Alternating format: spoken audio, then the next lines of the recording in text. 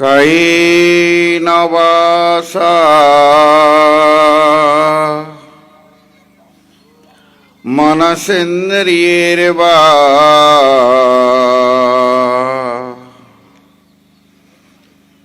বুদ্ধ্যাত্মনা বা প্রকৃতি স্বভাব করোমি অদ্যৎ সকলম পরস্মৈ রাষ্ট্রায়েতি সমর্পয়ামি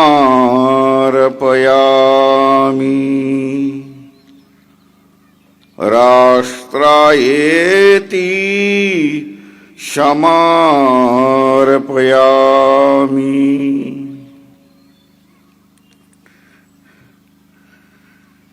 বঙাইগাঁও জিলার রাষ্ট্রীয় স্বয়ংসেবক সংঘর দ্বারা আয়োজিত মহাবীর শিলাৰায়ৰ ৫১৫তম জয়ন্তী উপলক্ষে আয়োজিত এই শাখা সংঘ অনুষ্ঠানত আজিৰ মুখ্য অতিথি ডক্টৰ হিল্লোল জ্যোতি সিংহ ডাঙৰীয়াদেৱ, ৰাষ্ট্ৰীয় স্বয়ংসেৱক সংঘৰ মাননীয় জিলা সংঘচালক হিতেশ চন্দ্ৰ ৰায় ডাঙৰীয়াদেৱ, আজিৰ এই সভাত উপস্থিত থকা শ্ৰদ্ধাৰ সজ্জনবৃন্দ, আই ভাতৃসকল আৰু প্ৰিয় স্বয়ংসেৱক কাৰ্যকৰ্তা বন্ধুসকল, জয়তে সেই মহান আত্মা বীৰ শিলাৰায়লৈকে মই মোৰ শতকোটি প্ৰণাম জনাইছোঁ। বীৰ শিলাৰায় আজিৰ এই পুণ্যতিথিত আমি সকলোৱে সংকল্প লওঁ, শিলাৰায়ে যি ধৰণৰ এখন সমাজ, যি ধৰণৰ এখন দেশৰ কল্পনা কৰিছিল, তেনেকৈ এখন দেশ, তেনেকৈ এখন ৰাষ্ট্ৰ, তেনেকৈ এখন সমাজ আমি সকলোৱে মিলি যাতে গঢ় দিব পাৰোঁ।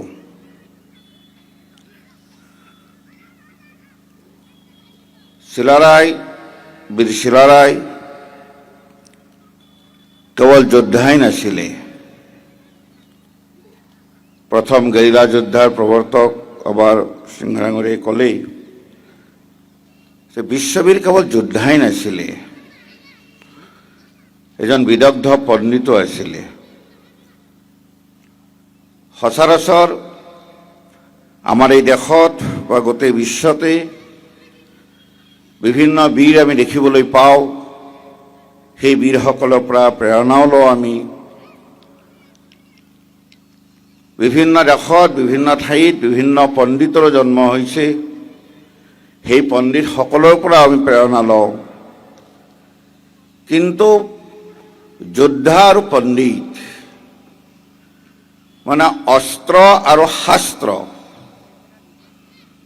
দুয়োটাৰ একেলগে পাৰ্গত ইয়াক খুব কম দেখিবলৈ পোৱা যায়। বীৰ শিলাৰায় কেৱল যোদ্ধাই নাছিলে, এজন বিদগ্ধ পণ্ডিতো আছিলে। সেয়েহে আমি সকলোৱে তেখেতৰ প্ৰেৰণা লৈ, তেখেতৰ পৰা আশীৰ্বাদ লৈ আমি প্ৰত্যেকে একোজন বীৰ শিলাৰায় হ'বলৈ চেষ্টা কৰিব লাগিব। শাস্ত্ৰত কৈছে অহিংসা পৰমো ধৰ্মঃ, কিন্তু তাৰপিছত আকৌ কৈছে হিংসা ধৰ্ম তথৈব চ। অৰ্থাৎ কেৱল শাস্ত্ৰ পঢ়িলেই নহ'ব, পণ্ডিত হ'লেই নহ'ব, নিজৰ ধৰ্ম, নিজৰ সংস্কৃতি, নিজৰ ভাষা, নিজৰ পৰম্পৰা, নিজৰ ৰাষ্ট্ৰ ৰক্ষাৰ কাৰণে যোদ্ধাও হ'ব লাগিব। সেই মহাভাৰতৰ যুদ্ধত দেখোঁ যে ভগৱান কৃষ্ণই বহুত চেষ্টা কৰিছিলে শান্তি স্থাপন কৰাৰ কাৰণে, যুদ্ধ বিচৰা নাছিলে। যেতিয়া দেখি যে ধৰ্ম ৰক্ষাৰ কাৰণে যুদ্ধ কৰিবলগীয়া হ'বই, তেতিয়া ভগৱান কৃষ্ণই অৰ্জুনক যুদ্ধ কৰাৰ কাৰণে প্ৰোৎসাহিত কৰিছিল, প্ৰেৰণা দিছিলে। সেইকাৰণে চিলাৰায় যোদ্ধা আৰু পণ্ডিত দুইজনে আছিলে। আজি অসমীয়া সমাজ, অসমীয়া জাতিয়ে সদায় চিলাৰায়ৰ ওচৰত চিৰ ঋণী হৈ থাকিব লাগিব। ইয়াৰ এটাই কাৰণ, আগৰ বক্তাই আমাক ক'লেই যে অসমীয়া সংস্কৃতি, অসমীয়া জাতি, অসমীয়া ভাষাৰ যি প্ৰাণস্বৰূপ মহাপুৰুষ শ্ৰীমন্ত শংকৰদেৱ, এই শংকৰদেৱক, মহাপুৰুষ শংকৰদেৱৰ যি সৃষ্টিৰাজি, সেই সৃষ্টিৰাজি সম্পূৰ্ণভাৱে সহায় কৰিছিলে বীৰ চিলাৰায়। মহাৰাজ নৰনাৰায়ণৰ ওপৰত যেতিয়া বিভিন্ন ধৰণৰ অভিযোগ লৈ গৈছিলে মহাপুৰুষ শংকৰদেৱ সম্পৰ্কে, আৰু মহাৰাজ নৰনাৰায়ণৰ যেতিয়া বিভিন্ন শাস্তি দিয়াৰ কাৰণে এটা চিন্তা চৰ্চা হয়তো কৰিছিলে, বন্দী কৰাৰ কাৰণে চেষ্টা কৰিছিলে, আৰু সেই সময়ত মহাপুৰুষ শ্ৰীমন্ত শংকৰদেৱক সুৰক্ষা দিয়া, মহাৰাজ নৰনাৰায়ণক গৈ শংকৰদেৱ সম্পৰ্কে বুজোৱা, এই দুইটা কামে বীৰ চিলাৰায়ে কৰিছিলে। আৰু সেইকাৰণে অসমীয়া জাতি, অসমীয়া ভাষা, অসমীয়া কৃষ্টি সংস্কৃতি পৰম্পৰা মানি চলা সকলো মানুহেই সদায় বীৰ চিলাৰায়ৰ ওচৰত ঋণী হৈ থাকিব লাগিব। যদি সেই সময়ত বীৰ চিলাৰায়ে শংকৰদেৱৰ প্ৰতি আকৰ্ষিত হৈ শংকৰদেৱক বুজিবলৈ চেষ্টা নকৰিলেহেঁতেন, শংকৰদেৱক যদি সুৰক্ষা দিয়াৰ কথা চিন্তা নকৰিলেহেঁতেন, আজি অসমীয়া ভাষা সংস্কৃতি বিশ্ব দৰবাৰত এক স্থানত উপলব্ধ হৈছে, সেইটো হোৱা হয়তো সম্ভৱ হৈ নুঠিলেহেঁতেন। আৰু সেইকাৰণে জানো যে বৃন্দাবনী বস্ত্ৰৰ সৃষ্টি নৰনাৰায়ণ ৰাজসভাত হৈছিলে, চিলাৰায়ৰ ইয়াৰ প্ৰেৰণা আছিলে। ৰাম বিজয়নাথ বীৰ চিলাৰায়ৰ পৰামৰ্শমতে মহাপুৰুষ শ্ৰীমন্ত শংকৰদেৱে ৰচনাই কৰাই নহয়, ৰাইজৰ মাজত মঞ্চস্থও কৰিছিলে। সেইকাৰণে অসমীয়া জাতি সদায় চিলাৰায়ৰ ওচৰত আমি ঋণী হৈ থাকিম। ঠিক তেনেদৰে আজি অসমক যেনেকৈ বৈষ্ণৱ পৰম্পৰাৰ কাৰণে মহাপুৰুষ শ্ৰীমন্ত শংকৰদেৱৰ সৃষ্টিৰাজিৰ কাৰণে যেনেকৈ গোটেই অসমৰ ভাৰতবৰ্ষত প্ৰতিষ্ঠিত হৈ গৈছে, ঠিক তেনেদৰে আমাৰ শক্তিপীঠ কামাখ্যাৰ কাৰণেও গোটেই ভাৰত, গোটেই বিশ্বত পৰিচিত।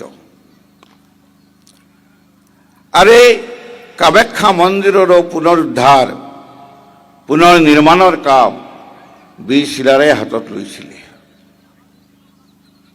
যদি চিলাৰায়ে সেই সময়ত কামাখ্যা মন্দিৰৰ যদি পুনৰ নিৰ্মাণৰ কাম হাতত ল'লেহেঁতেন, আজি কামাখ্যাৰ নামত গোটেই অসমত, গোটেই বিশ্বত লাখ লাখ ভক্ত যেনেকৈ সমাগম হয় কামাখ্যা মাৰ দৰ্শনৰ কাৰণে, সেইটো আজিও হৈ নুঠিলেহেঁতেন। সেইকাৰণে গোটেই বিশ্ব, গোটেই ভাৰতবৰ্ষ, গোটেই অসমৰ শক্তিৰ উপাসনা কৰা যিসকল ভক্ত আছে, তেওঁলোকো সদায় বীৰ চিলাৰায়ৰ ওচৰত ঋণী হৈ থাকিব লাগিব।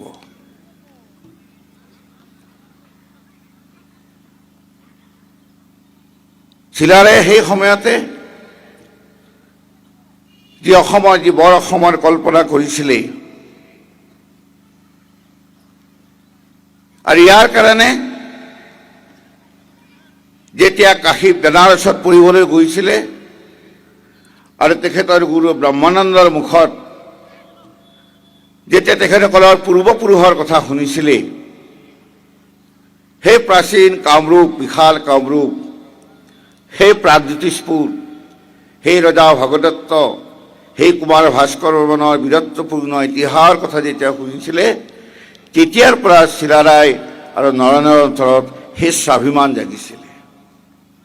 আৰু তেতিয়া সেইটো সংকল্প কৰিছিলে যে পুনৰ আমি সেই বিশাল কামৰূপ, সেই প্ৰাগজ্যোতিষপুৰৰ যিটো গৌৰৱ কথা, সেই গৌৰৱ কথা আমি পুনৰ ঘূৰাই আনি পুনৰ এখন শক্তিশালী অসম গঢ়াৰ কাৰণে সংকল্প ল'ম।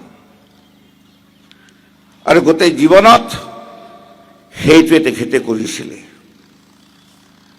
আৰু সেইকাৰণে আজিও আমি প্ৰত্যেকে চিলাৰায়ৰ পৰা সেই প্ৰেৰণা লৈ আমি এখন নতুন অসম, বৰ অসম, শক্তিশালী অসম আৰু বিশ্বগুৰু ভাৰত গঢ়াৰ সংকল্প আমি সকলোৱে ল'ব লাগিব।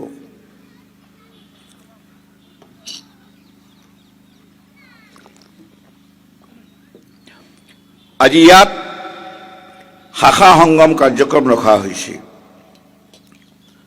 ৰাষ্ট্ৰীয় স্বয়ংসেৱক সংঘ 1925 চনত জন্ম হয়।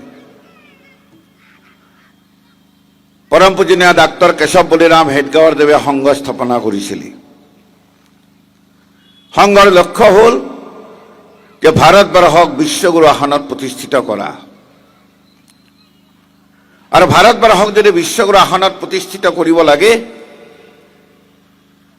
তেতিয়াহ'লে ভাৰতবৰ্ষৰ যি মূল সমাজ হিন্দু সমাজ, এই সমাজ স্বাভিমানী হ'ব লাগিব, এই সমাজ দেশপ্ৰেমিক হ'ব লাগিব, এই সমাজ চৰিত্ৰ সম্পন্ন হ'ব লাগিব।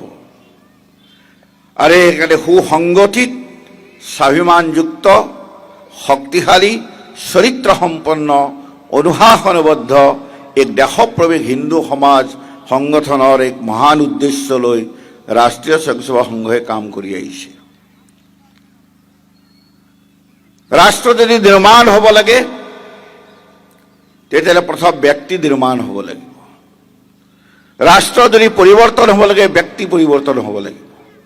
সেইকাৰণে ব্যক্তি পৰিৱৰ্তনৰ দ্বাৰা দেশৰ পৰিৱৰ্তন, ব্যক্তি নিৰ্মাণৰ দ্বাৰা ৰাষ্ট্ৰ নিৰ্মাণ, দেশ নিৰ্মাণ, এটা মহান উদ্দেশ্য লৈ পৰম পূজনীয় ডাক্তৰ হেডগেৱাৰদেৱে ৰাষ্ট্ৰীয় স্বয়ংসেৱক সংঘ আৰম্ভ কৰিছিলে। সংঘৰ লক্ষ্য ভাৰতবৰ্ষক বিশ্বগুৰু আসনলৈকে লৈ যোৱা। আৰু ভাৰতবৰ্ষক বিশ্বগুৰু আসনলৈকে যদি লৈ যাব লাগে, ভাৰতবৰ্ষৰ হিন্দু সমাজ শক্তিশালী হ'ব লাগিব, সুসংগঠিত হ'ব লাগিব, স্বাভিমানী হ'ব লাগিব, চৰিত্ৰ সম্পন্ন হ'ব লাগিব, দেশভক্ত হ'ব লাগিব। নিজৰ পূৰ্বপুৰুষক লৈ সদায় গৌৰৱ কৰিব লাগিব। নিজৰ ধৰ্ম, নিজৰ সংস্কৃতি, নিজৰ পৰম্পৰা, নিজৰ মাতৃভাষাক লৈ সদায় গৌৰৱ কৰিব লাগিব। তেনেকুৱা স্বাভিমানী সমাজ নিৰ্মাণ হ'ব লাগিব। আৰু এই স্বাভিমানী সমাজ নিৰ্মাণ, তাৰ কাৰণে ব্যক্তি নিৰ্মাণ হ'ব লাগিব, মনুষ্য নিৰ্মাণ হ'ব লাগিব। এই ব্যক্তি নিৰ্মাণ, মনুষ্য নিৰ্মাণৰ কাম ৰাষ্ট্ৰীয় স্বয়ংসেৱক সংঘই দিনৰ যিটো নিত্য প্ৰতিদিন 1 ঘণ্টা শাখা, যি আজি আমি 22টা শাখা আমি ইয়াত দেখিলোঁ, এনেকুৱা 1 ঘণ্টা শাখাৰ জৰিয়তে ব্যক্তি নিৰ্মাণৰ কাম, মনুষ্য নিৰ্মাণৰ কাম। কেনেকুৱা মনুষ্য নিৰ্মাণ, কেনেকুৱা ব্যক্তি নিৰ্মাণ? বীৰ চিলাৰায়ৰ দৰে মনুষ্য, বীৰ লাচিতৰ দৰে মনুষ্য, মহাপুৰুষ শ্ৰীমন্ত শংকৰদেৱৰ দৰে মনুষ্য, ৰূপকোঁৱৰ জ্যোতিপ্ৰসাদ আগৰৱালাৰ দৰে, ভূপেন হাজৰিকাৰ দৰে, বিষ্ণুপ্ৰসাদ ৰাভাৰ দৰে, ৰাণা প্ৰতাপৰ দৰে, শিৱাজী মহাৰাজৰ দৰে তেনেকুৱা বীৰ পুৰুষ, ৰাষ্ট্ৰভক্ত পুৰুষ, স্বাভিমানী ব্যক্তি নিৰ্মাণৰ কাম ৰাষ্ট্ৰীয় স্বয়ংসেৱক সংঘই ইয়াত যিটো 1 ঘণ্টা শাখা দেখিলোঁ, এই 1 ঘণ্টা শাখাৰ জৰিয়তে তেনেকুৱা ব্যক্তি নিৰ্মাণৰ কাম কৰি আহিছে। তেনেকুৱা শাখা সংগমৰ দৃশ্য আজি আমি সকলোৱে উপভোগ কৰিলোঁ। ব্যক্তি নিৰ্মাণৰ দ্বাৰা ৰাষ্ট্ৰ নিৰ্মাণ সম্ভৱ। যেতিয়ালৈকে ব্যক্তি নিৰ্মাণ নহয়, তেতিয়ালৈকে ৰাষ্ট্ৰ নিৰ্মাণ অসম্ভৱ। সেইকাৰণে সংঘৰ শাখা আমি বিভিন্ন মহাপুৰুষৰ জীৱনৰ ওপৰত আমি চৰ্চা কৰোঁ। সংঘৰ শাখাত প্ৰতিদিন এটা গীত গাওঁ। আজিও আমি গীত এটা গাইছোঁ, যিটো গীতৰ জৰিয়তে আমাৰ অন্তৰত দেশৰ প্ৰতি স্বাভিমান জাগি, দেশৰ প্ৰতি ভক্তিভাৱ জাগি, আমাৰ পূৰ্বপুৰুষক লৈ আমি গৌৰৱ কৰিব পাৰোঁ। তেনেকুৱা নিত্য প্ৰতিদিন এটা গীত, যি গীতৰ জৰিয়তে আমাৰ অন্তৰত দেশভক্তি জগোৱা হয়। কোনোবা বীৰ পুৰুষ, কোনোবা মহাপুৰুষৰ অমৃত বাণী, সেই বীৰ পুৰুষৰ অমৃত বাণী, মহান বাণীৰে আমাৰ অন্তৰত সেই স্বাভিমান জগোৱা হয়। সংঘৰ শাখাত, নিত্য প্ৰতিদিন সংঘৰ শাখাত আমাৰ এই দেশৰ, আমাৰ পূৰ্বপুৰুষসকলৰ বিষয়ে চৰ্চা আৰম্ভ হয়। কেতিয়াবা বীৰ চিলাৰায়ৰ ওপৰত, কেতিয়াবা লাচিতৰ ওপৰত, কেতিয়াবা শিৱাজীৰ ওপৰত, কেতিয়াবা ৰাণা প্ৰতাপৰ ওপৰত, কেতিয়াবা গুৰু গোবিন্দ সিঙৰ ওপৰত, কেতিয়াবা শংকৰদেৱৰ ওপৰত, বিভিন্ন বীৰ পুৰুষ মহাপুৰুষবিলাকৰ জীৱনৰ ওপৰত চৰ্চা আৰম্ভ হয় 1 ঘণ্টা শাখা। শৰীৰ চৰ্চাও হয়। 40 মিনিট শৰীৰ চৰ্চা কৰিব লাগিব। বিভিন্ন ধৰণৰ খেল খেলিব লাগিব, বিভিন্ন ধৰণৰ ব্যায়াম কৰিব লাগিব, লাঠি শিকিব লাগিব, চব শিকিব লাগিব। শৰীৰ চৰ্চাও কৰিব লাগিব 40 মিনিট। তাৰ লগে লগে 15 মিনিট আমি বৌদ্ধিক চৰ্চাও কৰিব লাগিব।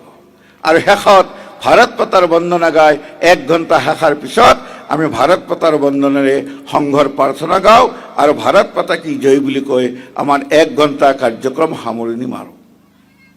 এনেকুৱা 1 ঘণ্টা শাখা এই মনুষ্য নিৰ্মাণ ভক্তি নিৰ্মাণৰ এটা পাঠশালা, এখন স্কুল, এখন বিদ্যালয়। সেইকাৰণে মই আশা কৰিম আজি যে 22টা স্থানৰ পৰা আমি 28টা স্থানৰ পৰা এই বঙাইগাঁও জিলাৰ পৰা আমি স্বয়ংসেৱকবিলাক আহিছোঁ শাখা সংগমৰ কাৰণে, মই আশা কৰিম অহা 1 বছৰৰ ভিতৰত, কিয়কি সংঘৰ 100 বৰ্ষ চলি আছে, এই অহা 1 বছৰৰ ভিতৰত বঙাইগাঁও জিলাৰ প্ৰতিটো পঞ্চায়তত এনেকুৱা ব্যক্তি নিৰ্মাণৰ এটা শাখা প্ৰত্যেক পঞ্চায়তত আৰম্ভ হওক, প্ৰত্যেক মণ্ডলত আৰম্ভ হওক, আৰু আমাৰ সকলো কাৰ্যকৰ্তাই সেই ক্ষেত্ৰত মনোনিৱেশ কৰিব বুলি মই আশা কৰিছোঁ। আৰু এই ক্ষেত্ৰত আজি উপস্থিত যিসকল দৰ্শক আছে, আমাৰ শুভাকাংক্ষীসকল আছে, আপোনালোককো অনুৰোধ কৰিছোঁ নিজৰ নিজৰ অঞ্চলত য'ত এনেকুৱা দৈনিক শাখা চলে, য'ত মনুষ্য নিৰ্মাণ ব্যক্তি নিৰ্মাণৰ কাম চলি আহিছে, সেই কামত আপোনালোকে সহায় সহযোগিতা আগবঢ়াওক। হিন্দু সমাজ সংগঠিত হ'ব লাগিব, হিন্দু সমাজৰ অন্তৰত স্বাভিমান জাগিব লাগিব, প্ৰত্যেকে নিজকে হিন্দু বুলি কৈ আমি গৌৰৱ কৰিব লাগিব। হিন্দু বুলি গৌৰৱ কিয় কৰিব লাগে?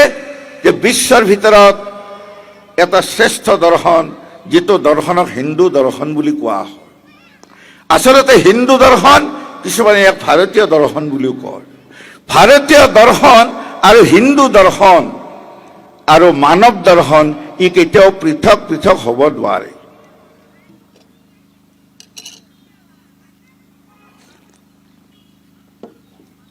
ভগৱানে যেতিয়া সুন্দৰ জগতখন সৃষ্টি কৰিলে, ভগৱানে যেতিয়া সুন্দৰ জগতখন সৃষ্টি কৰিলে, তেতিয়া জগতখন সৃষ্টি কৰাৰ লগে লগে এই জগতখনক সত্যম শিৱম সুন্দৰম কৰি ৰখাৰ কাৰণে এই ভাৰতবৰ্ষকো সৃষ্টি কৰিছিল। আৰু ভাৰতবৰ্ষত এটা শ্ৰেষ্ঠ দৰ্শনৰ সৃষ্টি হৈছিল। আমাৰ পূৰ্বপুৰুষসকলে হাজাৰ হাজাৰ বছৰ তপস্যা কৰাৰ ফলত, যাক আমি ঋষি মুনি বুলি কওঁ, এই ঋষি মুনিবিলাকে হাজাৰ হাজাৰ বছৰ তপস্যা কৰাৰ পিছত এটা শ্ৰেষ্ঠ দৰ্শন, এটা শ্ৰেষ্ঠ চিন্তন এই ভাৰতৰ মাটিত সৃষ্টি কৰিছিলে। আৰু সেয়া কি আছিল? আমাৰ পূৰ্বপুৰুষসকলে কৈছিলে, এই যে সুন্দৰ জগতখন ভগৱানে সৃষ্টি কৰিছে, এই জগতখনত প্ৰত্যেকৰ মাজত, পৰস্পৰৰ মাজত এটা সম্বন্ধ আছে। ইয়াত পশু পক্ষী কীট পতংগ সমগ্ৰ মনুষ্য, গছ গছনি, নদ নদী, পৰ্বত পাহাৰ আদি আছে, কিন্তু পৰস্পৰৰ মাজত এটা সম্বন্ধ আছে। আৰু সেই সম্বন্ধ কি? সেই সম্বন্ধ হ'ল আত্মাৰ সম্বন্ধ। এক অদৃশ্য অজয় অমৰ অদাৰ্য আত্মা যে সকলোতে বিদ্যমান হৈ আছে। প্ৰত্যেকটো গছত সেই আত্মা, প্ৰত্যেকটো পশু পক্ষীত সেই আত্মা, প্ৰত্যেকটো মনুষ্যৰ শৰীৰত সেই আত্মা, সকলোতে সেই আত্মা বিদ্যমান হৈছে। আৰু সেই আত্মা কেতিয়াও বেলেগ বেলেগ নহয়, সেই আত্মা একেই। একে আত্মাই যিহেতু সকলোকে সাঙুৰি আছে, সেইকাৰণে আমাৰ পূৰ্বপুৰুষসকলৰ মুখেৰে এটা শ্লোগান ওলাইছিলে, সেয়া কি? বসুধৈৱ কুটুম্বকম। গোটেই বিশ্বখনক আমাৰ পূৰ্বপুৰুষসকলে শিকালে যে গোটেই বিশ্বখনক এটা পৰিয়াল বুলি ভাবিবলৈ শিকা। বসুধৈৱ কুটুম্বকম, কুটুম্ব মানে পৰিয়াল, বসুধৈৱ মানে পৃথিৱী। গোটেই বিশ্বখন আমি এটা পৰিয়াল। আজি পাশ্চাত্য দৰ্শনে কিছুমানে ক'বলৈ লৈছে যে ৱৰ্ল্ড ইজ এ মাৰ্কেট, বিশ্বখন এখন বজাৰ। আমাৰ পূৰ্বপুৰুষসকলে কৈ গৈছিল world is a not market, বিশ্বখন এখন বজাৰ হ'ব নোৱাৰে, বিশ্বখন এটা পৰিয়াল, ৱৰ্ল্ড ইজ এ ফেমিলি, বসুধৈৱ কুটুম্বকম। এটা শ্ৰেষ্ঠ দৰ্শন। বিশ্বখনৰ প্ৰতি দৃষ্টিভংগী কি হ'ব লাগে? প্ৰত্যেকজন মানুহৰ দৃষ্টিভংগী কি? গোটেই বিশ্বখনক এটা কুটুম্ব, এটা পৰিয়াল বুলি ভাবিব লাগে। এইটো হ'ল প্ৰথম চিন্তন। আৰু দ্বিতীয়, যিহেতু গোটেই বিশ্বখনক আমি এটা পৰিয়াল বুলি ভাবিলো, সেইকাৰণে আমাৰ জীৱনৰ মন্ত্ৰ কি হ'ব লাগে? সমগ্ৰ মনুষ্যৰ জীৱনৰ মন্ত্ৰ হ'ব লাগে, মানৱ জাতিৰ জীৱনৰ মন্ত্ৰ হ'ব লাগে, সৰ্বে ভৱন্তু সুখিনঃ, সৰ্বে সন্তু নিৰাময়া, সৰ্বে ভদ্ৰাণি পশ্যন্তু, মা কশ্চিৎ দুঃখ ভাগ ভৱেৎ। সকলো সুখী হওক, সকলো নিৰোগী হওক, কাৰো জীৱনত কেতিয়াও দুখ বেজাৰ আহিব নালাগে। আমি কোৱা নাই কেৱল মানৱ জাতিয়ে সুখী হওক, আমি কোৱা নাই যে সকলো সুখী। সকলো সুখী মানে কি? পশু পক্ষী কীট পতংগ মানুহ সকলো সুখী হওক, সকলোৱে সুখ কামনা কৰো, সকলো নিৰোগী হৈ থকাৰ কামনা কৰো। এয়া আমাৰ জীৱনৰ মন্ত্ৰ। আৰু তৃতীয়, যিহেতু গোটেই জগতখন এটা পৰিয়াল, সেইকাৰণে মানৱ জাতিৰ জীৱনৰ লক্ষ্য কি হোৱা উচিত? মানৱ জাতিৰ জীৱনৰ লক্ষ্য হোৱা উচিত কৃণ্যন্ত বিশ্বমাৰিয়ম, সমগ্ৰ বিশ্বখনক সত্যম শিৱম সুন্দৰম কৰি ৰখা। বিশ্বখনক শ্ৰেষ্ঠৰ পৰা শ্ৰেষ্ঠত্বৰলৈকে লৈ যোৱা কৃণ্ণন্তু বিশ্বম আৰ্যম। আৰ্যম মানে শ্ৰেষ্ঠ। গোটেই বিশ্বখনক শ্ৰেষ্ঠৰ পৰা শ্ৰেষ্ঠত্বৰলৈকে লৈ যোৱা মানে ভগৱানে সৃষ্টি কৰা সুন্দৰ জগতখনক সত্যম শিৱম সুন্দৰম কৰি ৰখা এয়া মানৱ জাতিৰ জীৱনৰ লক্ষ্য। আৰু একেবাৰে আমাৰ পূৰ্বপুৰুষসকলে আকৌ এটা কথা ক'লে যে এই সমাজখনৰ এই জগতখনক বিভিন্ন উপাসনা পদ্ধতিৰ মানুহ আছে। আৰু একেবাৰে আমাৰ পূৰ্বপুৰুষসকলে ক'লে সত্যমেকম বিপ্ৰাহা বহুধা বদন্তি। সত্য কথা এটা, কিন্তু পণ্ডিতসকলে বেলেগ বেলেগ ষ্টাইলত কয়। সত্য এটাই। সেইকাৰণে আমাক ক'লে যত মত তত পথ। প্ৰত্যেকৰ উপাসনা পদ্ধতি বেলেগ বেলেগ হ'ব পাৰে। তুমি যাকে উপাসনা নকৰা কিয় সকলো গৈ এক ঈশ্বৰকে পাবা। গতিকে উপাসনা পদ্ধতি বেলেগ বেলেগ হ'ব পাৰে, তাক লৈ কোনোদিন সংঘৰ্ষ কৰিব নালাগে, কাৰো একো বিদ্বেষ কৰিব নালাগে। প্ৰত্যেক উপাসনা পদ্ধতি আনটো উপাসনা পদ্ধতিক সন্মান কৰিবলৈ শিকা। যত মত তত পথ। আমাৰ পূৰ্বপুৰুষসকলে আকৌ ৰিচাৰ্চ কৰি আকৌ গৱেষণা কৰি আকৌ চিন্তন কৰি ক'লে যে প্ৰত্যেকজন মানুহৰ জীৱনৰ লক্ষ্য কি হোৱা উচিত, প্ৰত্যেকজন মনুষ্যৰ জীৱনৰ লক্ষ্য কি হোৱা উচিত। প্ৰত্যেকজন মনুষ্যৰ জীৱনৰ লক্ষ্য হোৱা উচিত আমি নৰ হিচাপে জন্মগ্ৰহণ কৰিছোঁ, নৰৰ পৰা নৰোত্তম, নৰোত্তমৰ পৰা নাৰায়ণ হওঁ। সেইকাৰণে নৰৰ পৰা নৰোত্তম, নৰোত্তমৰ পৰা নাৰায়ণ হোৱা, নৰৰ পৰা নাৰায়ণ হোৱা এয়া প্ৰত্যেকজন মানুহৰ জীৱনৰ লক্ষ্য হোৱা উচিত। সেইকাৰণে ভাৰত এই দৰ্শন, এই যিটো শ্ৰেষ্ঠ দৰ্শন, গোটেই বিশ্বখনক পৰিয়াল বুলি ভবা, বিশ্বখনক সত্যম শিৱম সুন্দৰম কৰি ৰখা, যত মত তত পথ, সকলো উপাসনা পদ্ধতিক সন্মান কৰিবলৈ শিকা, নিজৰ উপাসনা পদ্ধতিক সুৰক্ষিত ৰখা, আনৰ উপাসনা পদ্ধতিক সন্মান কৰিবলৈ শিকা, নৰৰ পৰা নাৰায়ণ হোৱা জীৱনৰ লক্ষ্য হওক। এইকেইটা যিটো চিন্তন, যিটো দৰ্শন, এই দৰ্শন এই ভাৰতবৰ্ষত সৃষ্টি হৈছিলে। সেইকাৰণে ইয়াক ভাৰতীয় দৰ্শন বুলি কোৱা হয়। আচলতে এই দৰ্শন, এই চিন্তন সমগ্ৰ মানুহৰ কাৰণে, সমগ্ৰ মানৱ জাতিৰ কাৰণে। সেইকাৰণে ইয়াৰ মানৱীয় দৰ্শন হৈ গ'ল, মানৱ দৰ্শন হৈ গ'ল। আৰু ভাৰতবৰ্ষত থকা হিন্দুসকলে, সনাতন পৰম্পৰা মানি চলা হিন্দুসকলে এই দৰ্শনটো অক্ষৰশঃ আখৰে আখৰে জীৱনত পালন কৰে। সেইকাৰণে ইয়াকে হিন্দু দৰ্শন বুলিও ক'বলৈ ধৰিলে। সেইকাৰণে হিন্দু দৰ্শন, মানৱ দৰ্শন, ভাৰতীয় দৰ্শন ই কেতিয়াও পৃথক পৃথক হ'ব নোৱাৰে। সেইকাৰণে ইয়াকে কোৱা হয় হিন্দুত্ব। এই হিন্দু দৰ্শন সম্পৰ্কে সঠিক অধ্যয়ন কৰা, সেইকাৰণে নিজকে হিন্দু বুলি ক'বলৈ লাজ নকৰা, হিন্দু বুলি ক'বলৈ গৌৰৱ কৰা। তেনেকুৱা স্বাভিমানযুক্ত হিন্দু সমাজ, এয়া ৰাষ্ট্ৰীয় স্বয়ংসেৱক সংঘৰ উদ্দেশ্য। সংঘৰ শাখাত ব্যক্তি নিৰ্মাণ মানে তেনেকুৱা ব্যক্তি নিৰ্মাণৰ কাম প্ৰতিদিন ৰাষ্ট্ৰীয় স্বয়ংসেৱক সংঘৰ শাখাত সাধনা কৰা হয়। বীৰ চিলাৰে সেই প্ৰেৰণা আমাক দি থৈ গ'ল। বেনাৰসত যেতিয়া পঢ়িবলৈ গৈছিলে, সমগ্ৰ ভাৰতীয় দৰ্শন, হিন্দু দৰ্শনৰ যিমান অধ্যয়ন শাস্ত্ৰ আছে সকলো শাস্ত্ৰতে হৃদয়ংগম কৰিছিলে। সেইকাৰণে জীৱনত যোদ্ধা আৰু পণ্ডিত, অস্ত্ৰ আৰু শাস্ত্ৰ দুইটাৰে সাধনা বীৰ চিলাৰে কৰিছিলে। কেৱল শাস্ত্ৰৰ সাধনাই কৰা নাই, শাস্ত্ৰ অধ্যয়নে কৰা নাই, শস্ত্ৰৰ সাধনাও কৰিছিলে।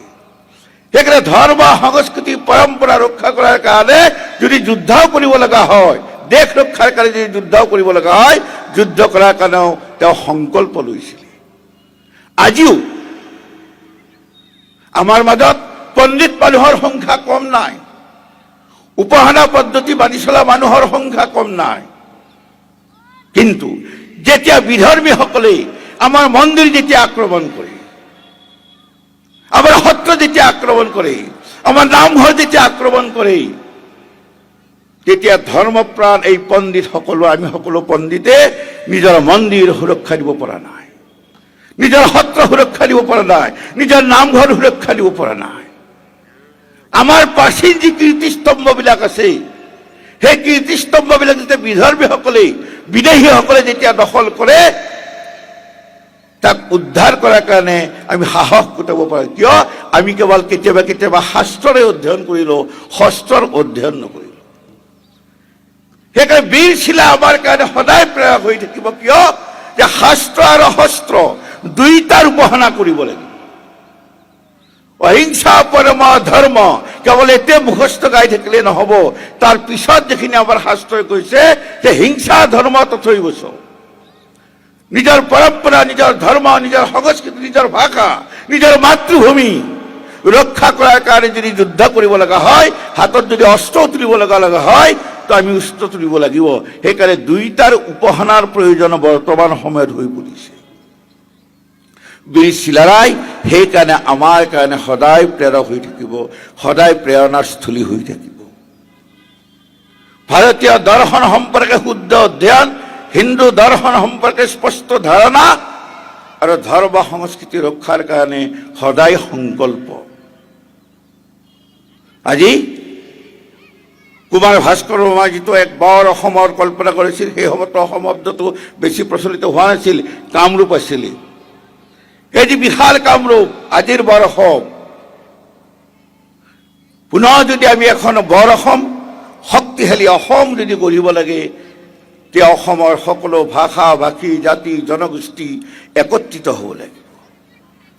আমি প্ৰত্যেকেই নিজৰ ভাষাক আমি সুৰক্ষিত দিব লাগিব।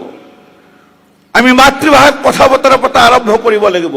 মাতৃভাষাক পাহৰিলে নহ'ব। মই ইংৰাজী ভাষাৰ বিৰোধী নহয়, কিন্তু এটা কথা স্পষ্টভাৱে কওঁ, ইংৰাজী ভাষাৰ প্ৰভাৱে আমাৰ প্ৰতিটো জাতি জনগোষ্ঠীৰ সুকীয়া সুকীয়া ভাষাবিলাক সমাপ্তিৰ দিশত লৈ গৈ আছে। মোৰ ল'ৰাটিয়ে অসমীয়া ক'ব নাজানাই নহয়, ইংৰাজী কয়। মানে নিজৰ মাতৃভাষা অসমীয়া ক'ব নজনাটো গৌৰৱৰ বিষয় হ'ল। ইংৰাজী জনাটো গৌৰৱৰ বিষয়। ইংৰাজী কিয়? বিশ্বৰ যিমান ভাষা আছে সব ভাষা আমি শিকিব লাগিব, কিন্তু নিজৰ মাতৃভাষাক পাহৰিব নালাগিব। নিজৰ মাতৃভাষা, নিজৰ ঘৰত নিজৰ মাতৃভাষাত কথা বতৰা পাতিব লাগিব। ঠিক তেনেদৰে আমাৰ পূৰ্বপুৰুষসকলক আমি পাহৰিব নালাগিব। আমাৰ যি পৰম্পৰা আছে, ট্ৰেডিশ্যন আছে, তাক আমি পাহৰিব নালাগিব। আমাৰ যি পাৰম্পৰিক বেশভূষা আছে, ট্ৰেডিশ্যনেল ড্ৰেছ, পাৰম্পৰিক বেশভূষা, তাক আমি পাহৰিব নালাগিব। নিজৰ যিমান সাংস্কৃতিক যিমান কাৰ্যক্ৰম হয়, উপাসনা প্ৰতি সভা আদি হয়, ঘৰত কিবা উৎসৱ আদি হয়, বিবাহ আদি হয়, অন্য কিবা ধৰ্মীয় কাৰ্যক্ৰম যেতিয়া হয়, তেতিয়া আমি আমাৰ যি পাৰম্পৰিক যি বেশভূষা আছে, সেই বেশভূষা পিন্ধো নে নিপিন্ধো, তাক লৈ আমি গৌৰৱ অনুভৱ কৰোঁ নে নকৰোঁ, নে পিন্ধিবলৈ লাজ কৰোঁ? এটা জাতি কেতিয়াও স্বাভিমানী হ'ব নোৱাৰে। যেতিয়া লং পেণ্টটো পিন্ধি ভাষণ দিলে নহ'ব। আমি জাতিক যদি স্বাভিমানী কৰিব লাগে, নিজৰ যিমান ফেষ্টিভেল আছে, উৎসৱ আদি আছে, সেই উৎসৱত জাতীয় পোচাক পৰিধান কৰা ই এটা স্বাভিমানৰ বিষয় হ'ব লাগে। ইয়াৰ কাৰণে এটা বিপাৰ সজাগতাৰ প্ৰয়োজন হৈ পৰিছে।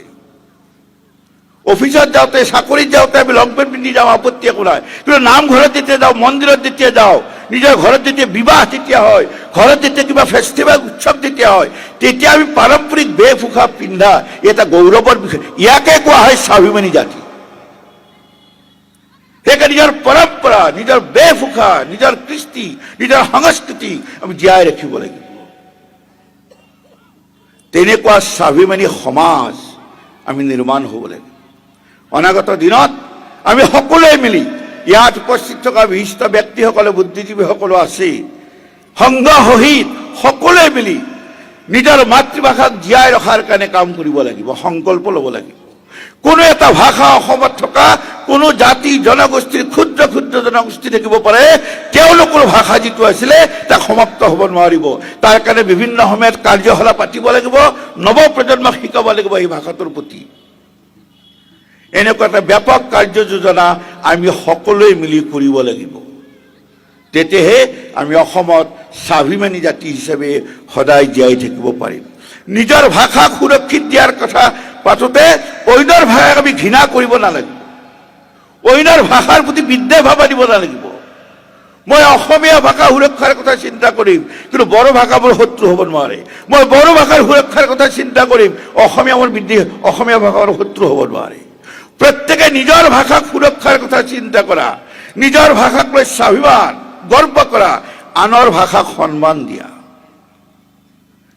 এইটো আমি অনাগত দিনত আমি সকলো সংগঠন, অসমৰ যিমান জাতি জনগোষ্ঠীক লৈ সংগঠন আছে, ছাত্ৰ সংগঠন আছে, সাংস্কৃতিক সংগঠন আছে, বিভিন্ন ধৰ্মীয় সংগঠনবিলাক আছে, সকলোৱে মিলি একেখন মঞ্চত বহি আমাৰ যিবিলাক কথা আছে, প্ৰাচীন পৰম্পৰাৰ যিবিলাক কথা আছে, যিবিলাক কথা লাহে লাহে নাইকিয়া হ'বলৈ ধৰিছে, সেই গোটেইবিলাক কথা পুনৰ উদ্ধাৰৰ কাৰণে আমি সকলোৱে মিলি সংকল্প ল'ব লাগিব। বীৰ চিলাৰায়ৰ পুণ্যতিথিত তেনেকুৱা সংকল্প লৈ আমি সকলোৱে যাওঁ। আজি আমাৰ সমাজত সজ্জন শক্তিৰ অভাৱ নাই, সজ্জন শক্তি বহুত আছে, কিন্তু সজ্জন শক্তিসকল সংগঠিত নহয়, চব অকলে অকলে আছে। সেইকাৰণে সজ্জন শক্তিক সংগঠিত কৰিব লাগিব, সজ্জন শক্তিক সক্ৰিয় কৰিব লাগিব। সজ্জন শক্তিৰ নেতৃত্বত আমি এখন সুন্দৰ অসম, বৰ অসম গঢ়ি ভাৰতবৰ্ষক, ভাৰত মাতাক বিশ্বগুৰু আসনলৈকে লৈ যোৱাৰ মহান সংকল্প আমি ল'ম। আজিৰ পুণ্যতিথিত এই সংকল্প লৈ আমি যাম। বীৰ চিলাৰে আমাক সকলোৱে মানে প্ৰতি মুহূৰ্তত প্ৰেৰণাস্থলী হৈ ৰ'ব, ইয়াকে আশা কৰি সকলোকে ধন্যবাদ জনাই মই মোৰ বিষয় ইয়াতে সামৰিছোঁ। পুনৰ মই সেই মহান আত্মালৈ মই মোৰ শতকোটি প্ৰণাম জনাইছোঁ। বন্দে মাতৰম।